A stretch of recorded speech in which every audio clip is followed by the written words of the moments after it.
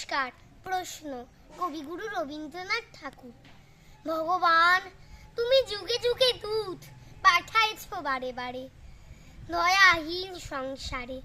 তারা বলে গেল ক্ষমা করো সবে, বলে গেল ভালোবাসো, অন্তর হতে বিদ্বেষ বিষ নাশো।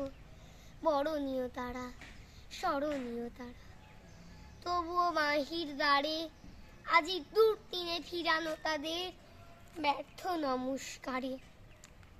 আমি যে দেখেছি গোপন হিংসা, কপট রাত্রি ছায় হেনেছে নিঃসহায়।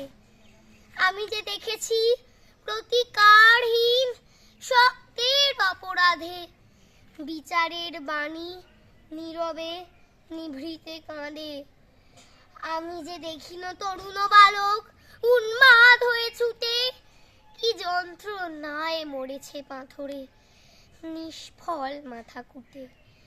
কণ্ঠ আমার রুদ্ধ আজিকে মাসি সঙ্গীত হারা অমাবস্যার কারা।